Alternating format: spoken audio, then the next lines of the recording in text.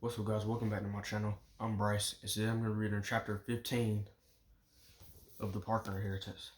Let's begin.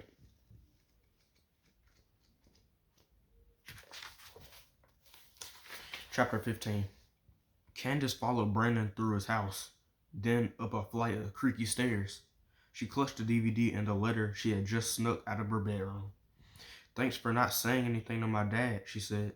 "No problem." A long, narrow hallway greeted them on the second floor. Brandon banged on a door painted black. "Candace is here," he yelled. He turned to her. "Or do you prefer Candy?" She shook her head. "I hate that name." "Then why?" Brandon stopped as the door swung open. Tori brought her phone down from her ear and pressed it against her chest. "Sorry, I got a mini emergency going on here. Stop by on your way out. I've got some vintage tees that'll probably fit you." "Okay, thanks," Candace said. Tori waved her pinky at them as she brought the phone back to her ear and closed the door.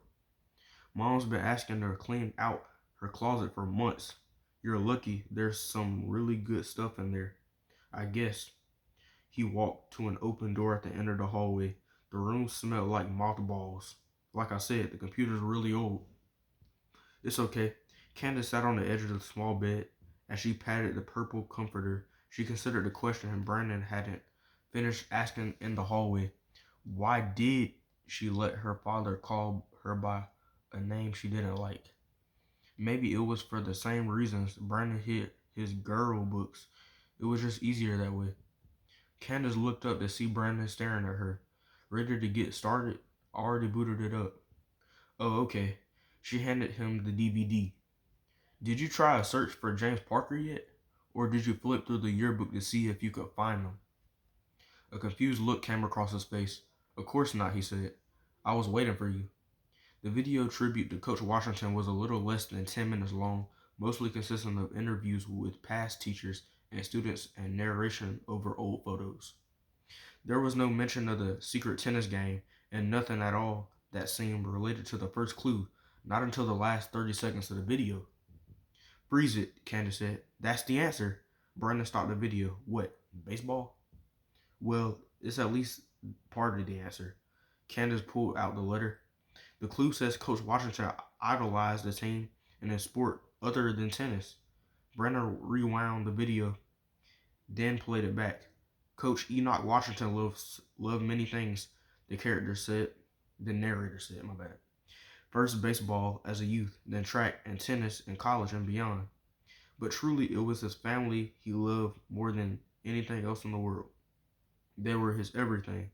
Images of the Washingtons floated across the screen. Seeing the pictures, Candace was positive that the girl in the tennis team photo was Siobhan. Brandon paused the video again. A black and white picture of the Washingtons remained on the screen. They stood in front of the brick building. Coach Washington wore a dark suit and skinny tie. Siobhan and her mother wore long dresses and lace gloves. "They look so much realer now," Brandon said after a few moments. "I mean, I always thought they were real, but it's different now that we can see them. They were an actual family, real people, and they were run out of the city just because of the color of their skin." Candace nodded. She wondered what would happen if they hadn't left Lambert. Maybe Siobhan would have become the first black city manager, not her grandmother. Maybe the new high school would be named after Coach Washington. Brandon let the rest of the video play out. "Okay, so he loved baseball," he said it once it ended. "Now we need to figure out which team, right?" The video said he lived in Texas until he moved to Alabama. "What city was he from again?" Candace asked. Brandon looked at his notes. "Luling, I think." He opened a browser and typed in the name of the city. "It's pretty small." He ran another search, this time with Luling and baseball. "Looks like the high school has a baseball team." "Yeah, but he didn't go to school there, remember?" Maybe the city had a Negro League team." Brandon was already typing another search. He paused. "Ever heard of a guy named Biz Mackey?" He clicked the link. "Any connection?"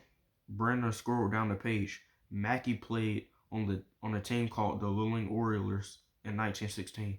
He played there for 2 years, then moved on to a different team. He was a Hall of Famer. He must have been really good.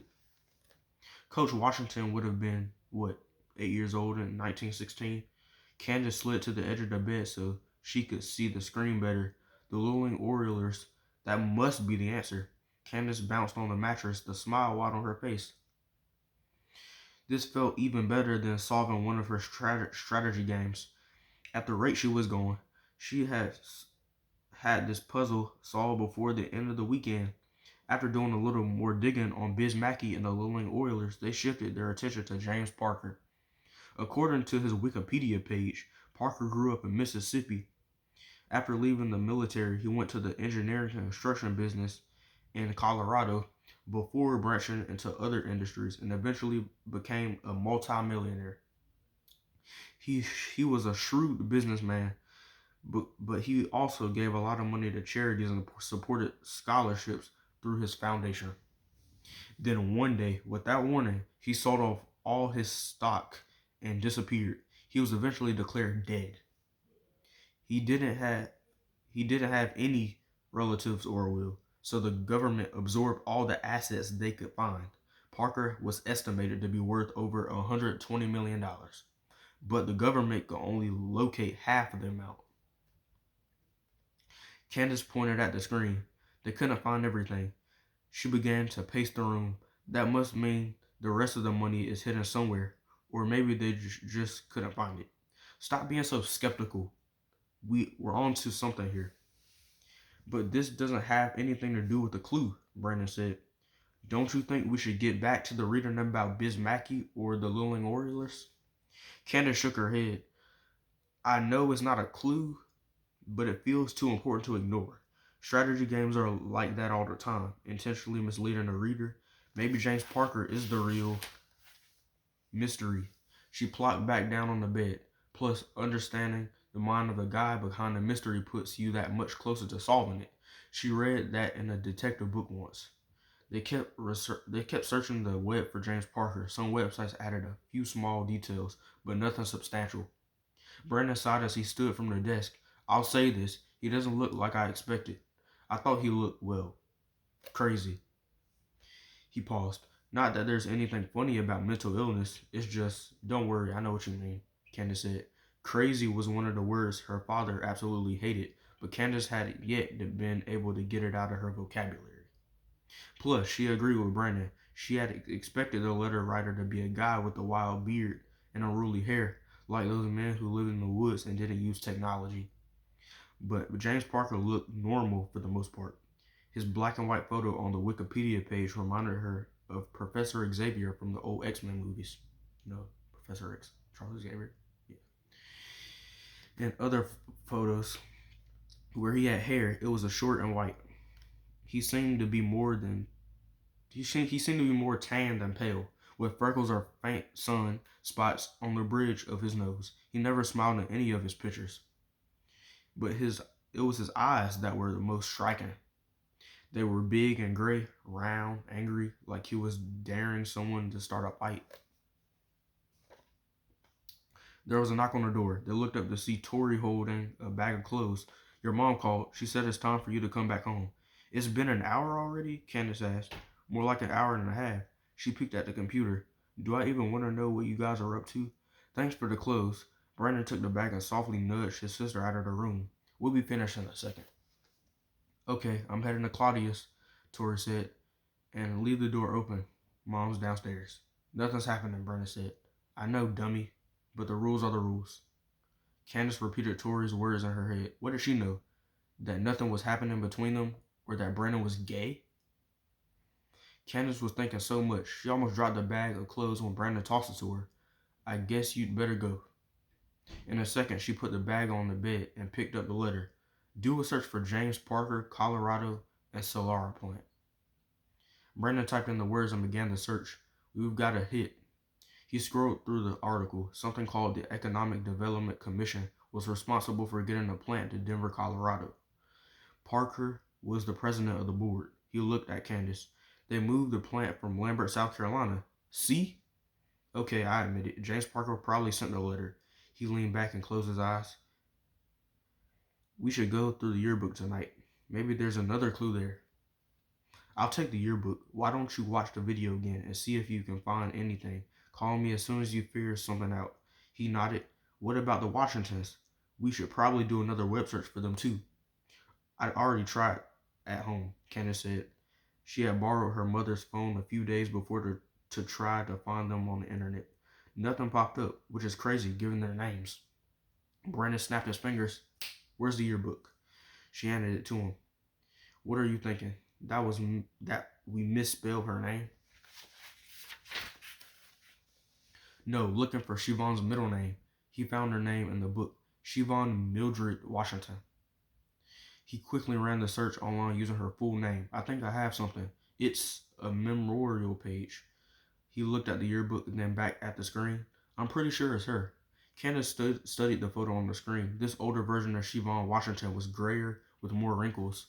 Her mouth was twisted into a half smile. Where was I? Like she was hiding something, but not in a smarmy way. I don't know what that means. Candace thought, more like the woman in the Mona Lisa. She worked at an elementary school. Brandon scrolled down. She was a librarian, but she got a degree in math first. She slowed down, Candace said. She was trying to read quickly, but Brandon was always a few sentences ahead of her. Sorry, I was just trying to skim ahead. She frowned. What is it? Just keep reading. His voice trembled. Candace leaned over Brandon's shoulder. Siobhan Washington had died from cancer. She had worked hard at an elementary school in Maryland for over 30 years, first as a math teacher, then as a librarian. Her favorite book was The Weston Game. So she didn't coach sports? Candace asked. I don't think so, Brandon said. Candace read even faster. Not married, no kids, loved puzzles and movies. She was buried in. Have you gotten to the part about her favorite book yet? He asked. The Weston Game? Candace stood upright. Yeah, I saw it. And? She shrugged. So what's so special about that book? His eyes widened and his mouth dropped open a little. You like puzzle books and you haven't read The Weston Game? He yelled. Candace crossed her arms. I'm standing right here. You don't have to shout. You don't have to yell and stuff. Sorry, he said, softer. But still, you have to read it. It's awesome. There are so many twists in the book, and it's really funny. For a book written in the 70s, I think I have a copy if you want to borrow it. Okay, fine. I'll read it after I finish my puzzle books. A small part of Candace hated that Brandon was so enthusiastic about a book she never heard of before. I wonder if it's a clue, Brandon continued. Maybe something in the book links back to the letter or to Parker. Can you go to the bottom of the page? Candace spun her bracelet around her wrist. Maybe we can see who created the website. That way we'll know if it was Parker or not. Brandon scrolled to the end of the web page. Both Candace and Brandon sucked in their breath. The website didn't name who had created, but it did list the date it was last updated. August 10th, 2007. The same date as the letter. Candace slowly sank onto the bed. On second thought, maybe I'll take that book now. And that is chapter 15. So tomorrow I'll be reading chapter 16. And that's about it. Peace out.